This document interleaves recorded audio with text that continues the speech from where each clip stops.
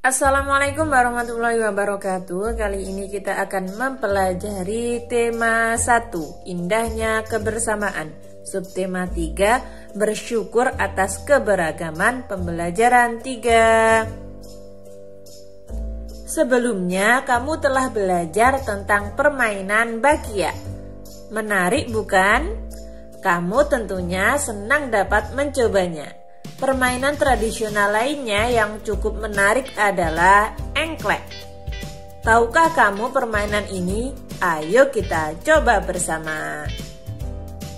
Nah, ini adalah gambar permainan engklek. Pernahkah kamu bermain engklek? Permainan ini adalah permainan tradisional yang sangat banyak dimainkan oleh anak-anak di Indonesia.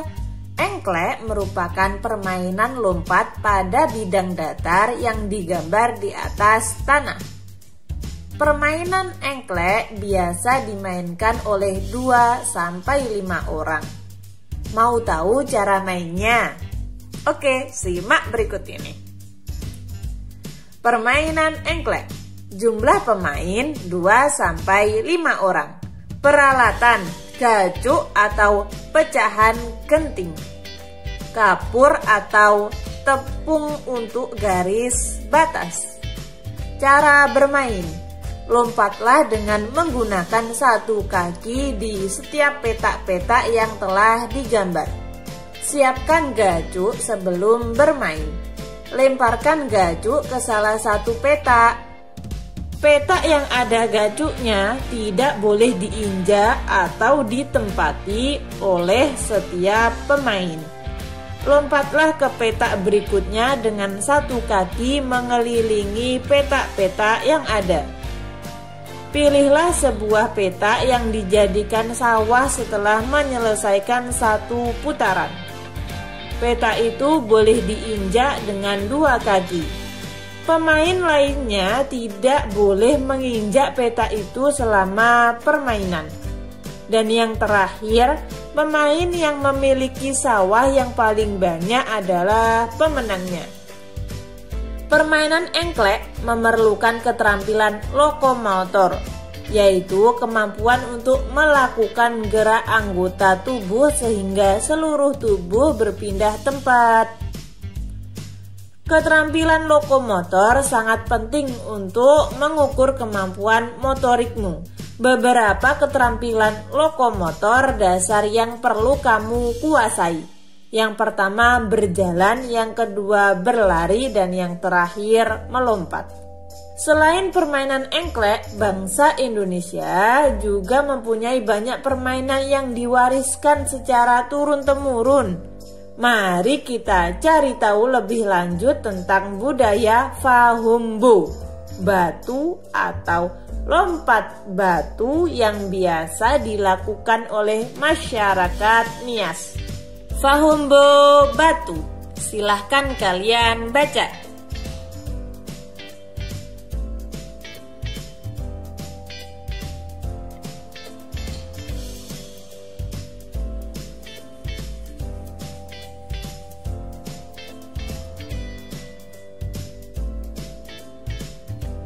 Nah, setelah kalian baca, coba cari gagasan pokok dan gagasan pendukung pada setiap paragraf. Masih ingatkah kalian apa itu gagasan pokok dan apa itu gagasan pendukung? Gagasan pokok adalah ide utama yang dibahas dalam suatu bacaan, bisa berupa kalimat inti atau pokok paragraf. Sedangkan gagasan pendukung adalah uraian atau tambahan informasi untuk gagasan pokok. Mari kita coba cari gagasan pokok dan gagasan pendukung pada paragraf 1. Tradisional lompat batu berasal dari suku Nias. Suku Nias berasal dari Pulau Nias yang terletak di sebelah barat Pulau Sumatera. Lompat batu atau yang dikenal dengan nama Fahumbo batu merupakan ciri khas masyarakat Nias. Pada kalimat tradisi lompat batu berasal dari suku Nias, itu adalah gagasan pokok. Sedangkan kalimat suku Nias berasal dari Pulau Nias yang terletak di sebelah barat Pulau Sumatera hingga akhir, itu adalah gagasan pendukung. Dapat kita lihat bahwa gagasan pendukung yang berupa suku Nias berasal dari Pulau Nias yang terletak di sebelah barat Pulau Sumatera hingga akhir, itu adalah penjabaran atau penjelasan dari kalimat tradisional lompat batu berasal dari suku Nias. Selanjutnya, tugas 1. Kalian cari gagasan pokok dan gagasan pendukung pada paragraf 2 dan paragraf 3. Lalu kalian tulis seperti ini. Apa gagasan pokoknya dan apa saja gagasan pendukungnya? Sungguh kaya budaya Indonesia. Sebagai anak Indonesia, kita harus bersyukur dengan kekayaan ini. Kita dapat mencicipi makanan beragam, bermain permainan tradisional yang berbeda, dan tentunya mengenal kebiasaan-kebiasaan berbeda. Banyak hal yang kita bisa pelajari dari keanekaragaman itu. Pernahkah kamu mencoba berteriak di lapangan? Apa yang terjadi? Bandingkan juga ketika kamu berteriak di kamar mandi. Apa perbedaannya? Kita akan cari tahu tentang hal itu. Sebelum cari tahu, kita akan membaca berikut ini. Kita bisa menemui gendang di banyak wilayah di Indonesia. Pernahkah kamu memperhatikan bagaimana bunyi pada gendang? Gendang dapat berbunyi jika kulit gendang dipukul. Saat dipukul, kulit gendang bergetar. Getaran ini menghasilkan bunyi. Bunyi tersebut masuk ke sebuah rongga yang terdapat di bawah kulit. Bentuk rongga mempengaruhi bunyi yang dihasilkan. Makin kecil dan panjang rongga pada gendang, makin nyaring bunyi yang dihasilkan. Sebuah kelereng kita lempar ke dinding yang keras akan mengalami pantulan. Demikian juga dengan bunyi. Di sini saya punya tembok dan ada, anggap saja itu bola atau kelereng ya. Ketika kita lempar ke tembok, apa yang akan terjadi? Mari kita coba. Bolanya kita lempar, ya, dan ternyata memantul. Bunyi juga dapat memantul jika dalam perambatannya dihalangi oleh benda yang permukaannya keras, seperti kayu, kaca, dinding, dan besi. Macam-macam bunyi pantul. Yang pertama ada keredam. Gaung atau keredam terjadi karena bunyi dipantulkan oleh dinding yang jaraknya tidak jauh dari sumber bunyi.